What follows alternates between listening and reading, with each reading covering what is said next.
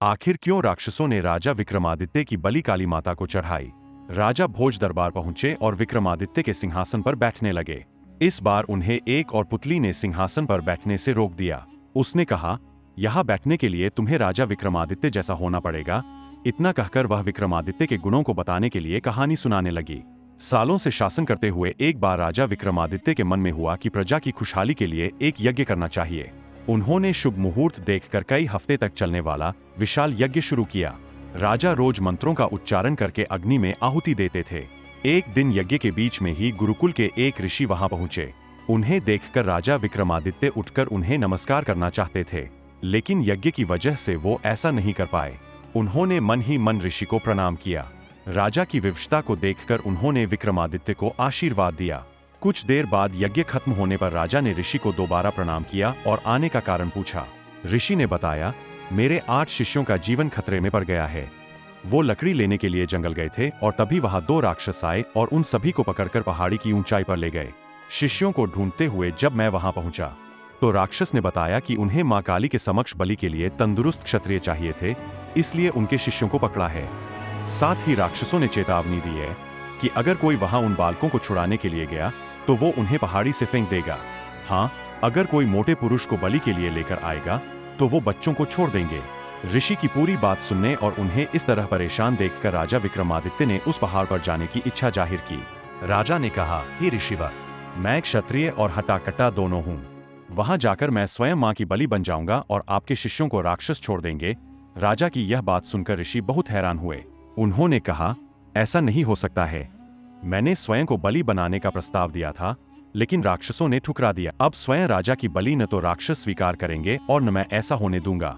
कुछ बच्चों के लिए प्रजा के दाता की बलि चढ़ाना गलत है।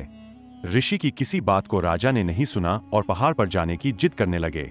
आखिर में उन्होंने ऋषि से कहा, देखिए, मान्यवर राजा का धर्म होता है कि वो प्रजा की रक्षा करे, चाहे उसके लिए राजा को अपनी जान ही दांव पर क्यों न लगानी पड़े। राजा का हठ देखकर ऋषि उन्हें अपने साथ लेकर चले गए। दोनों कुछ घंटों बाद पहाड़ की चोटी पर पहुंच गए। राक्षसों ने राजा विक्रमादित्य को देखकर पूछा, यहाँ आ तो गए हो, लेकिन शर्त के बारे में पता है एन? राजा ने जवाब दिया, हे राक्षसगण, मुझे सब पता है। मैं अपनी इच्छा से ही यहाँ आया हूँ। अब जल्दी से सारे बच्चों को छोड़ दो। राजा विक्रमादित्य की बात सुनकर एक राक्षस सभी बच्चों को लेकर उन्हें पहाड़ी की चोटी से नीचे छोड़ आया। अब जीवन के अंतिम क्षण में राजा ने भगवान को याद किया और मां काली के आगे अपना सिर झुका दिया। तभी दूसरा राक्षस अपनी तलवार लेकर उनके सिर पर प्रहार करने लगा। राजा थोड़े भी परेशान नहीं हुए और लगातार भगवान का नाम जपने लगे। तभी अचानक राक्षस ने अपने हाथों से तलवार को नीचे फेंक दिया। सिर न कटने पर राजा ने जब पीछे मुड़कर देखा तो वो हैरान हो गए। दोनों राक्षस बहुत सुंदर युवराज जैसे दिख रहे थे। उस समय पर्वत की पूरी चोटी चमकने लगी और वातावरण में फूलों की खुशबू फैली गई। राजा कुछ समझ नहीं पाए और आश्चर्य से उनकी तरफ देखने लगे।